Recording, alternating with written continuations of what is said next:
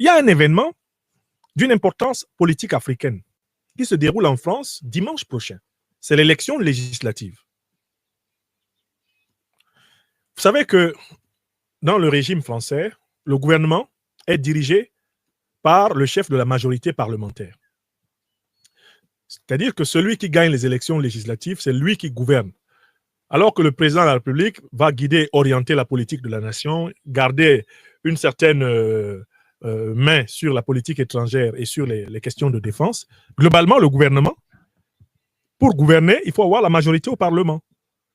Et le parti Renaissance d'Emmanuel Macron, qui gouverne actuellement, gouverne grâce à une alliance avec plusieurs partis de droite, avec des transfuges du Parti socialiste, etc. Il a bricolé une espèce de majorité pour rester là.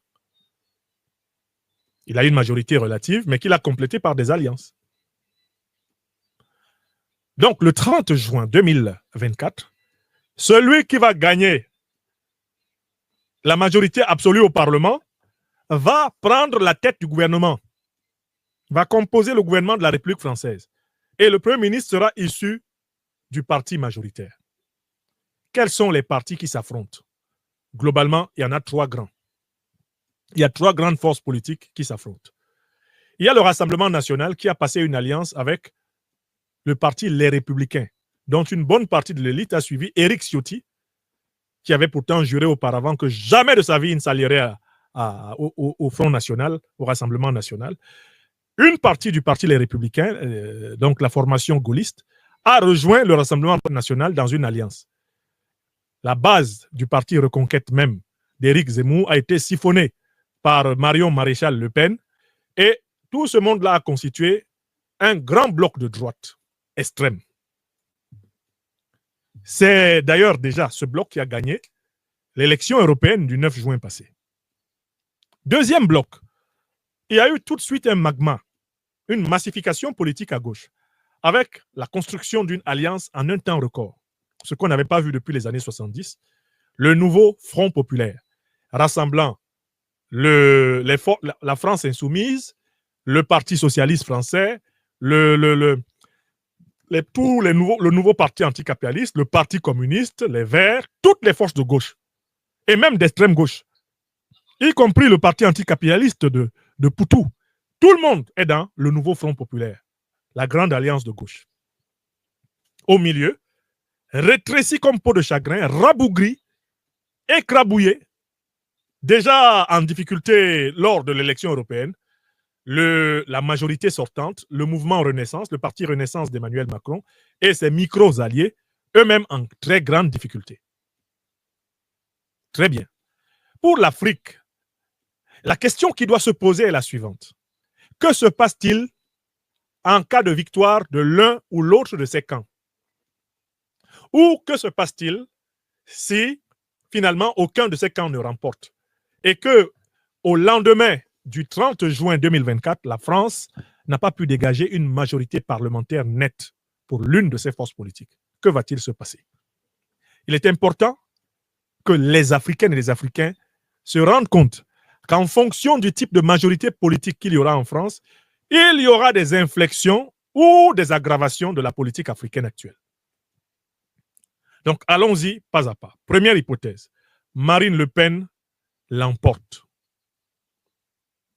Le Rassemblement national l'emporte et obtient une majorité absolue au niveau du gouvernement de l'Assemblée nationale et par conséquent contrôle le gouvernement français. On nous annonce qu'à ce moment-là, Mme Le Pen va faire nommer comme Premier ministre le jeune Jordan Bardella qui a fui l'école après son bac et une première année d'histoire-géographie à l'université qui s'est avérée chaotique. Un jeune quand même assez marrant parce qu'il prétend qu'il va ramener de l'ordre à l'école, faire vous voyez tous les enseignants, interdire que les élèves de l'école secondaire, collège, lycée viennent avec leur téléphone portable en classe. Bref, en fait, il va faire que l'école soit ce que lui, il n'a pas respecté quand il était à l'école.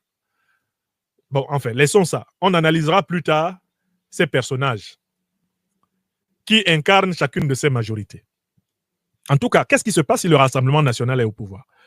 Il va y avoir une politique nationaliste, une politique patriotique Et cela annonce des lendemains difficiles, d'abord pour les immigrés. Donc, tous les étrangers vivant en France vont connaître des lendemains difficiles, parmi lesquels, bien sûr, les étrangers africains, notamment les sans-papiers, qui sont fortement africains, arabes. Ça va être chaud pour eux. Là-dessus, il n'y a pas de doute. Madame Le Pen va se replier dans une politique protectionniste qui peut avoir pour conséquence soit qu'elle va vouloir durcir, renforcer les positions qui étaient déjà occupées par la France en Afrique, y compris les bases militaires, soit qu'elle va au contraire, au nom du principe du patriotisme appliqué dans l'absolu, retirer définitivement les bases militaires françaises et engager une politique de négociation de gré à gré avec chaque pays des intérêts français, comme elle semblait vouloir le faire lors de ses visites au Tchad ou lors de sa visite au Sénégal. Dans tous les cas, il va y avoir un durcissement de la politique africaine de la France contre l'immigration africaine, y compris les descendants de l'immigration africaine dans la nation et la citoyenneté française.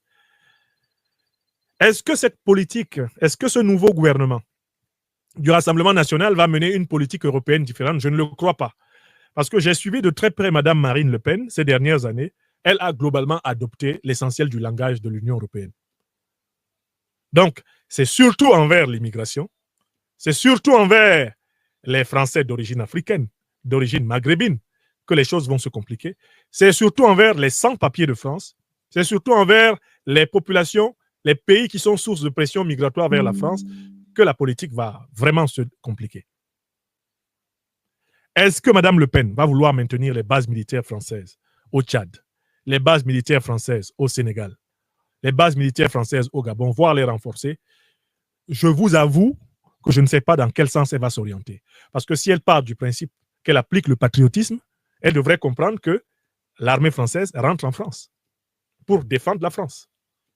Elle devrait comprendre que les Africains, appliquant le même patriotisme, ne veulent plus de base militaire française en Afrique. Mais comme le patriotisme de Mme Le Pen a des racines dans le racisme, le chauvinisme patriotard, il n'est pas à exclure qu'elle pense même que Emmanuel Macron a fortement affaibli la France en Afrique et qu'il faut la renforcer et qu'elle passe à l'offensive. Donc, il y a une zone d'incertitude absolue pour l'Afrique, dans l'hypothèse où Mme Le Pen est dimanche prochain au pouvoir.